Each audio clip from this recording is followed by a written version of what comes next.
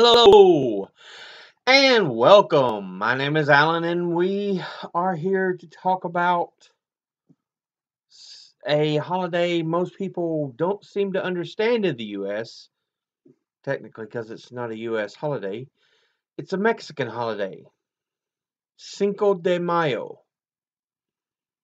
Everyone in the U.S. wants to use it as an excuse, especially if they're in college, to get drunk and lie out and do things. But I figured since when this video will air, Cinco de Mayo being the day after, I'll go ahead and talk a little bit about what Cinco de Mayo is. I've got two books I'm going to use as the sources here. We got Born in Blood and Fire, which is a book on the history of South America, Central America, and Mexico, all the Latin American countries. And then, of course, an actual textbook for Mexican history. These were both books I had to use for my Latin America courses, Latin American history courses. So, but so they're official collegiate level books on the material, on the subject. But I figure I'd read you a bit from each book about Cinco de Mayo, and discuss a little bit so we know exactly what Cinco de Mayo is, because as I said once before, there seems to be a confusion, especially in the US, over what Cinco de Mayo is. So let's look up Cinco de Mayo, page 197.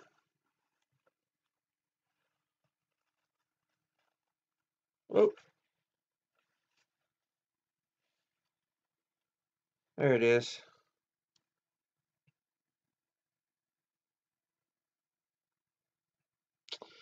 We'll start here on page 196, and we'll read through.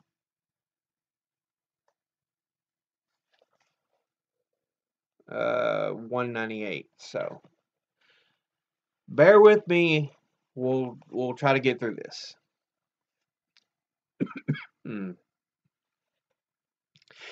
After 1880, authoritarian governments preserved republican forms but actually functioned as dictatorships or oligarchies. Oligarchies, from Greek meaning rule by a few, represented a narrow ruling class. Within oligarchies, elections served to measure the strength of client networks. Even the ballots even the ballots were not freely cast or fairly counted. They still showed who controlled what and where. Information that helped negotiate oligarchic power sharing. Dictatorships, on the other hand, centered on one all-powerful individual. Dictators might hold elections purely for the aura of legitimacy or to impress their foreign associates. Take landowner support and a good show of institutional legitimacy, add lucrative customs revenues, and a dash of modern military technology, and neo-colonial government needed nothing else to rule, except, of course, for good relations with Europe or the United States or both. This basic power structure facilitated a half century of economic transformation that benefited a quarter of the population at the expense of everybody else. Oligarchies and dictatorships provided stability, the virtue always most desired by foreign investors. That was the virtue that a former U.S. Secretary of State had in mind when, in a moment of diplomatic ardor, he called Mexican dictator Porfirio Diaz one of the greatest men to be held up for the hero worship of mankind. The rule of Porfirio Diaz, born 1870, I don't know if it's necessarily born or the times he ruled, but it says 1876 to 1911. But the rule of Porfirio Diaz, called the Porfiriato, was the very epitome of neo-colonial dictatorships in Latin America. Diaz kept up constitutional appearances, but only his candidates ever won elections. He also had a circle of technocratic advisors steeped in the positivist science of government. The científicos they were called, as the value of Mexico's import-export trade expanded by roughly 10 times during the Porfiriato. Diaz used the new revenues to strengthen the Mexican state. He curbed regional caudillos by crushing them or buying them off. He created public jobs for middle-class towns. For middle-class townspeople by vastly enlarging the bureaucracy. Diaz offered just two alternatives: pan o palo, meaning roughly carrot or stick. For example, he subsidized the press to keep it friendly, then jailed journalists who spoke against him.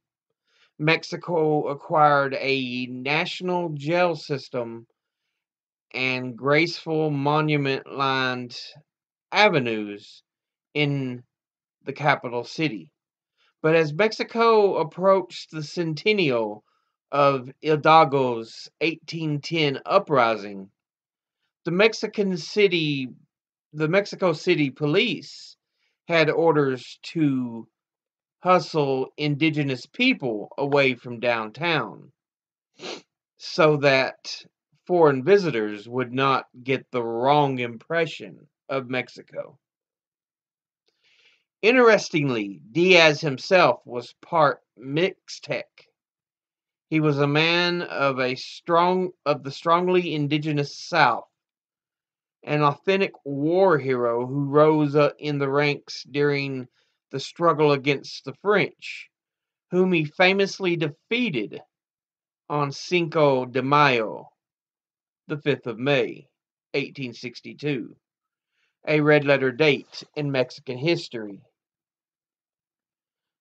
But as with Benito Juarez,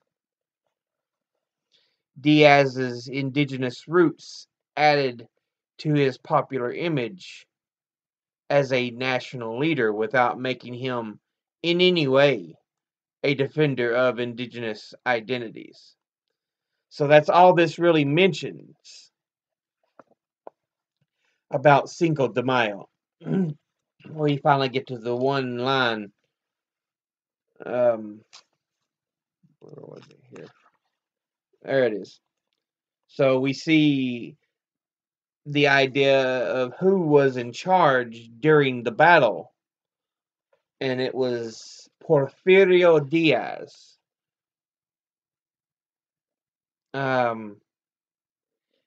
And he led a victory against the French.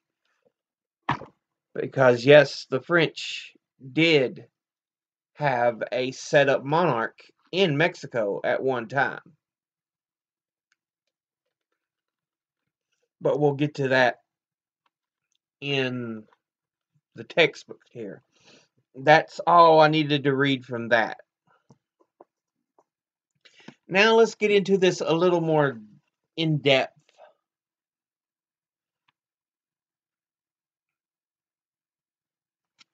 If I can find Ciudad, Cities, Cinema, Cinco de Mayo, 291.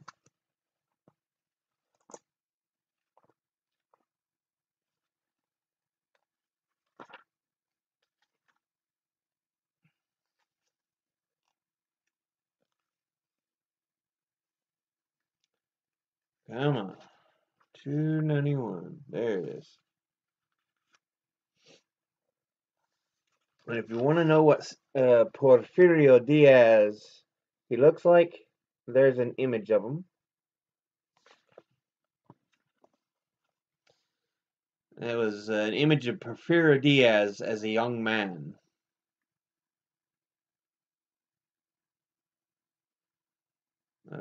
But yeah, he would be the one who leads Mexico to victory on Cinco de Mayo, 1862.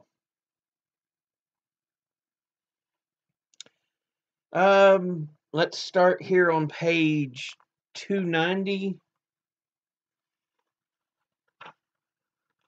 And we'll probably go through, not that far. I can't separate pages properly.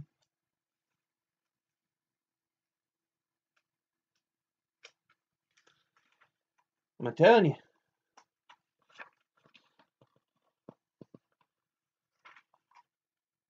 I can see it double folded, but it don't want to separate. There we go. 292.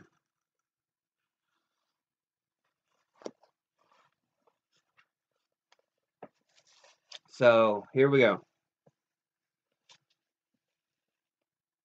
In the final analysis, however, it was economic rather than political difficulties that precipitated the next war.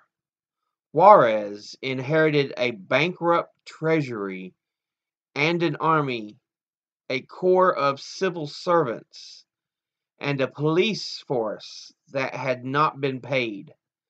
The income from the sale of church property had been considerably less than expected. Commerce was stagnant, and most of the customs receipts were already pledged. The nation's transportation system was woefully inadequate as merchandise was still being conveyed by pack mules, oxen, and human cargadores.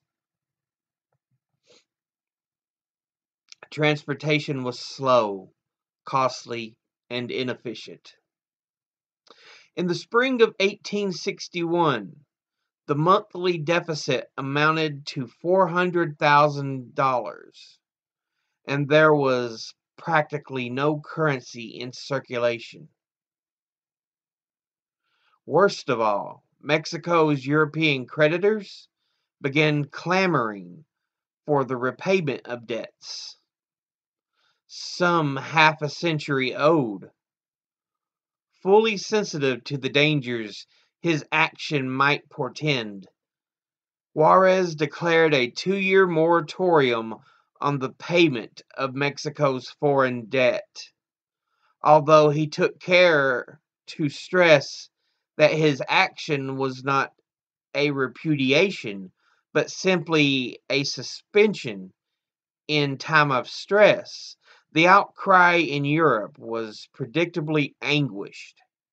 The large majority of the English, French, and Spanish claims were quite legitimate, for foreign citizens had suffered outrages and losses of life and property. On October the 31st, 1861, representatives of Queen Isabella II of Spain, Queen Victoria of Great Britain, and Emperor Napoleon III of France affixed their signatures to the Convention of London. The three nations agreed upon a joint occupation of the Mexican coasts to collect their claims. The specific plan they envisioned was to occupy the custom house at Veracruz and apply all customs receipts on the debt.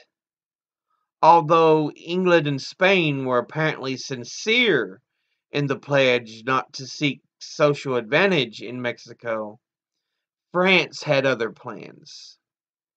The enigmatic Louis Napoleon Bonaparte, nephew of the first Napoleon, won the presidency of the French Republic in 1848, but craved the imperial status of his famous uncle.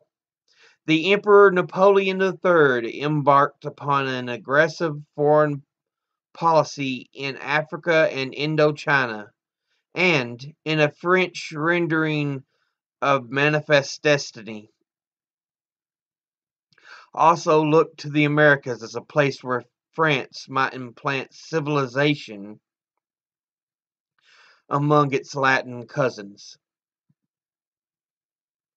The Mexican imbroglio and overtures from Catholic conservatives presented him with an opportunity to achieve that goal while currying favor with a strong Catholic element in France.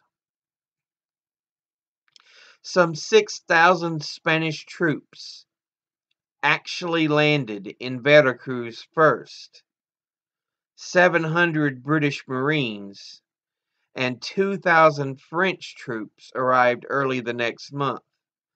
As soon as it became obvious the French harbored notions of conquest, the queens of Spain and Great Britain decided to order their respective troops home. The French intervention. Within a month after the Spanish and British withdrawal, the French army, reinforced with an additional 4,500 troops, began to march inland on its war of occupation.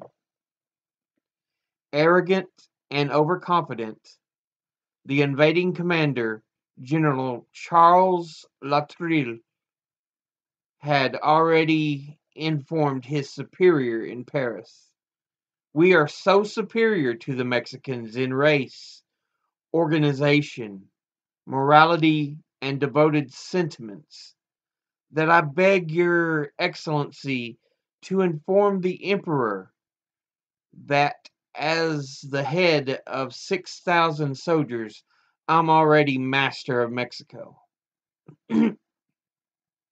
But en route to Mexico, he discovered that Puebla was not going to be an easy prize. President Benito Juarez had assigned the defense of the city to General Ignacio Zaragoza. Encountering unexpected opposition on the morning of May the 5th, 1862, Latreille attacked recklessly, and within 2 hours the French had expended half of their ammunition. The French troops, many weakened by the affliction that sometimes smites the foreign visitor to the Mexican countryside, did not acquit themselves well. General Zaragoza on the other hand, managed his troops with rare aplomb. The decisive maneuver of the day was carried out by young Brigadier General Porfirio Diaz, commanding the 2nd Brigade. Late in the afternoon, Diaz repelled the determined French assault on Zaragoz's right flank. The dejected invaders retreated to lick their wounds in Orizaba. May the 5th, Cinco de Mayo, would be added to the national calendar of holidays in honor of the Mexican victory. Not all Mexicans rejoiced at the news of the French defeat. Not only did many conservative monarchists and just as many church officials succor the recuperating French army, but priests used their pulpits to urge their communicants to collaborate with the enemy against the godless government. On August the 30th, 1862, President Juarez ordered the clerics who excited disrespect for the law would be punished by imprisonment or deportation. He also forbade priests from wearing their vestments or any other distinguishing garment outside of the churches. Upon hearing of the disaster at Puebla, Napoleon, with a sizable reservoir of manpower to draw upon, ordered some 30,000 reinforcements. See, they only had 6 at the battle, so yeah, he wasn't fooling around. It took fully a year before the French army was prepared to march once again. Once more, they encountered their heaviest resistance at Puebla. But on this occasion, the result would be quite different. After a siege of nearly 2 months, the Mexican defenders, under the command of General Jesus Gonzalez Ortega, were forced to turn the city over to the French. President Juarez realized the fall of Puebla opened the doors to Mexico City. With the support of Congress, at the end of May, Juarez, his cabinet, and what was left of his army withdrew for San Luis Potosi, and the French army entered the Mexican capital unopposed.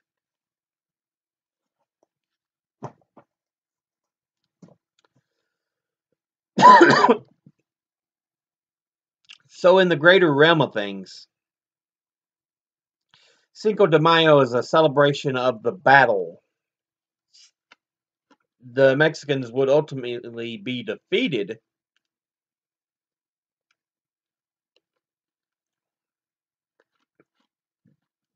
In fact, after Benito Juarez and his cabinet withdrew to San Luis Potosi,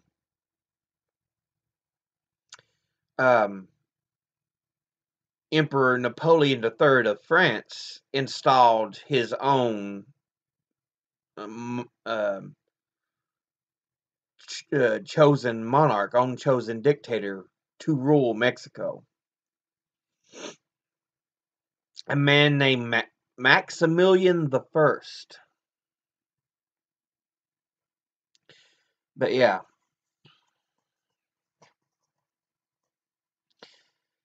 Essentially, what led up to this? Benito Juarez was not the best at keeping up on his finances.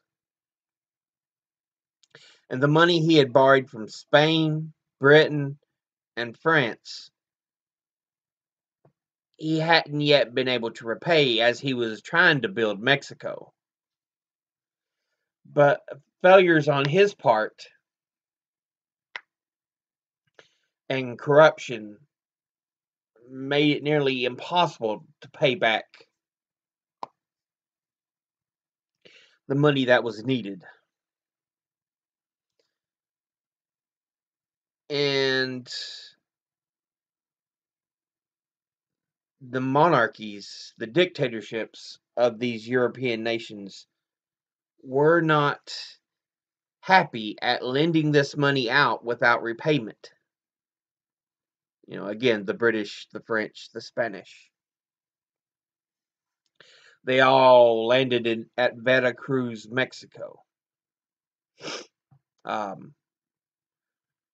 when it became clear that France had more desires of empire and not just to recoup their losses, to regain the money they were owed, Britain and Spain said, nope, let's go. We already dealt with the original Napoleon. We don't want to deal with another. So we started to see a march across Mexico of French troops.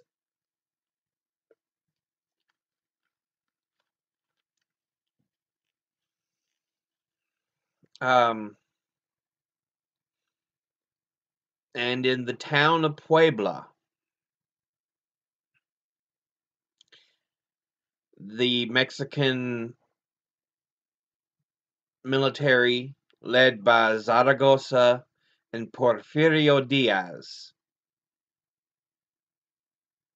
helped shut down the French advance. It's not a holiday to remember independence or anything like that. It's more of a holiday that remembers pushing back against one of the largest world powers by this young nation, because the US and Mexico were considered sibling nations since they had gained their freedom at similar times. So it was a young nation, and it had pushed back and held the French at bay. But I hope that information is a little eye-opening for you. Like I said, the French regrouped. He went from 6,000 troops to throwing an extra 30,000 with them. And they eventually went back and remarched Mexico, finally took Puebla, and took over the country. Now, the freedom from France is another story. We can talk about it if you want, but I'm not going to talk about it here, though it's an interesting one. And we ain't even hit the Mexican Revolution yet, which isn't until 1910, 1911, something like that. And that's when things really get interesting. That's a interesting account with your people like shoot, I can't remember the names now. Emiliano Zapata, and I can't remember the other guy. They were indigenous, or at least mixed indigenous peoples, who helped fight for a free Mexico. But anyway, as always, educate thyself. Think, read, study, learn. Hope you like this. Anyone tells you anything you're unsure of, ask them to cite their sources. I'll see you all in the next video. Until then, later.